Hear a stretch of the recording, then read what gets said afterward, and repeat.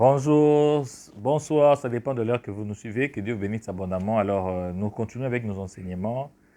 La fois dernière, nous avons parlé de Qu'as-tu bien-aimé? Alors, nous continuons avec notre sujet. Frères et sœurs, nous étions en train de dire que le Seigneur ne laisse pas chacun de nous membres réduits. Il y a toujours quelque chose qui place en nous, il y a toujours un talent, il y a toujours une grâce, il y a toujours un don particulier que le Seigneur dépose sur nous. Et nous avons dit que le miracle de Dieu ne commence pas au hasard. Le miracle de Dieu commence toujours par quelque chose qu'il a placé en nous. Bien-aimé dans le Seigneur, c'est alors que tu vas voir les miracles de Dieu. Que Dieu te bénisse. Nous sommes en train de parler, nous étions en train de parler dans le livre de 2 Rois chapitre 4. Nous étions là dans le verset 2. La Bible dit, bien-aimé, Élisée lui dit, « Que puis-je faire pour toi? Dis-moi, qu'as-tu à la maison ?» Elle répondit, « Ta servante n'a rien du tout à la maison qu'un vase d'huile. » Bien-aimé dans le Seigneur, Élisée représentait Dieu dans cette situation. Alors cette femme est venue auprès de Dieu et dit, « Seigneur, tu ne laisses pas le juste abandonné, tu ne laisses pas celui qui t'a servi avec crainte et fervente être rejeté et que sa descendance peut être réclamée par le créancier. » Élisée dit, « Oui, maman. Je me rappelle de cette situation. Alors, qu'est-ce que je peux faire pour toi et qu'est-ce que tu as à la maison? » Bien-aimé, il y a des choses qui sont en toi, tu négliges. Il y a des choses qui sont en toi, tu trouves que ce n'est pas important. Mais laisse-moi te dire, ça peut paraître une source de revenus. Oh, je me dire à quelqu'un, ce que tu as là peut être une semence. Tu ne sais pas, le don que tu as peut être une semence qui engendrera d'autres semences. Parce qu'une semence peut faire en sorte que on puisse voir un arbre avec beaucoup de fruits. Amen, amen. Ce que Dieu t'a donné, ça peut être une semence qui va engendrer des bénédictions et des bénédictions des sociétés, mais tu es en train de les négliger. Tu es en train de dire, je vais partir. Alors cette femme dit, Élisée, on n'a rien avec nous, on a une petite quantité d'huile. Oh, Élisée lui dit, oh maman, fais ceci, va demander au dehors des vases des voisins, des vases vides, et demande pas un petit nombre. Quand il sera rentré, fermez la porte avec toi et sur les enfants, tu verseras dans tous ces vases et tu mettras de côté ceux qui seront pleins. Élisée lui dit ceci, maman, comme tu es là, la petite quantité d'huile que tu as, tu négliges et tu dis que ça n'a pas d'importance. Laisse-moi te dire une chose, que cette petite huile-là, c'est une semence qui va remplir des vases vides. J'aimerais dire à quelqu'un ce soir, j'aimerais dire ceci, on ne remplit pas des vases qui est déjà rempli, mais on commence à remplir des vases qui est vide. Tu veux que la grâce de Dieu déverse sur toi, l'abondance de Dieu, l'épanouissement, le miracle de Dieu, tu dois te décharger afin d'être prêt pour recevoir de Dieu. Amen, amen. Amen, amen. Que Dieu te bénisse. La Bible dit une chose importante. Tu avais une vase, frère. Mais pour que cette vase, cette source d'huile puisse se multiplier, s'il y a une chose que tu dois faire, papa et maman, tu dois aller voir les voisins. Bien-aimé dans le Seigneur, écoute. Dieu a placé autour de nous des relations. Frère, imaginez-vous que cette femme-là n'avait pas de bonnes relations avec les voisins. Alors, le voisin à gauche, akangisa ennemi, alors que sa voisin à droite, akindarusa la boete, akindarusa la boete. Mais il n'aurait jamais eu de vase vide. Parmi les choses que Dieu fera avec toi, frère, tu dois savoir avoir une très bonne réputation. Tu dois chercher la paix. Elle me dit, chercher la paix avec tout sans lequel personne ne verra Dieu. Il se peut que tu aies une sorte de difficulté, mais ton voisin, le Seigneur utilise les voisins pour participer à ta bénédiction. Frère, c'est simple. Dieu pouvait multiplier en elle, mais Dieu a compris que tu as une sémence. Et cette sémence doit remplir d'autres sémences, d'autres vases. Tu dois aller chercher chez les voisins.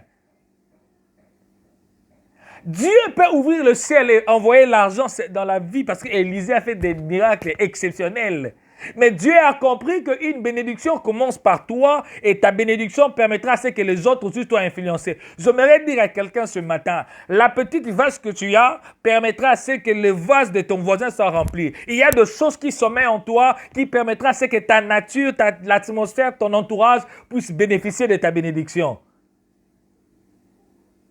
Va chez les voisins. Et sa voisine, dis à toi, dis même si tu es à la maison en train de suivre avec quelqu'un, dis-lui, va chez les voisins. Tu pars chez les voisins pour influer. Oh, j'aimerais dire à quelqu'un, il y a des vases qui étaient là dehors. Il y avait des vases qui étaient remplis d'eau. Il y avait des vases qui étaient remplis de choses inutiles. Mais ces jours-là, à cause du miracle de cette dame-là, les vases-là étaient obligés d'être remplis par la visitation divine. Je dis à quelqu'un ce soir que la visitation de Dieu commencera par toi et impactera ta génération. J'aime une chose en lisant le psaume. Le psaume dit, loin d'huile ma tête et ma coupe déborde. Lorsque tu commences à être rempli, sache qu'il y a une dimension que ton remplissement permettra à ce que tout autour de toi aussi soit débordé. Il y a une dimension être rempli, il y a une autre dimension être débordé. Tu commenceras par être rempli et ça fera en sorte que tu seras débordé. Ça commencera par les vases de ta maison et ça débordera au vase de ce voisin. Il dit, tu as cette vase-là, mais va aussi prendre chez le voisin. Ferme la porte avec toi. Une chose importante dans cette histoire, il a fermé sa porte. Fermer sa porte, ça veut dire quoi? Avoir la discrétion. Être dans l'intimité avec Dieu. Il se peut que ton voisin, si seulement ton voisin voyait l'huile que tu avais là, provenait d'une multiplication, peut-être les voisins n'allaient pas acheter. Parce qu'après cette histoire-là, la dame là est partie vendre. Elle a vendu où? Chez les mêmes voisins. Ferme la porte après toi. Il faut avoir ce qu'on appelle une discrétion importante. Il faut aussi savoir développer l'intimité avec Dieu.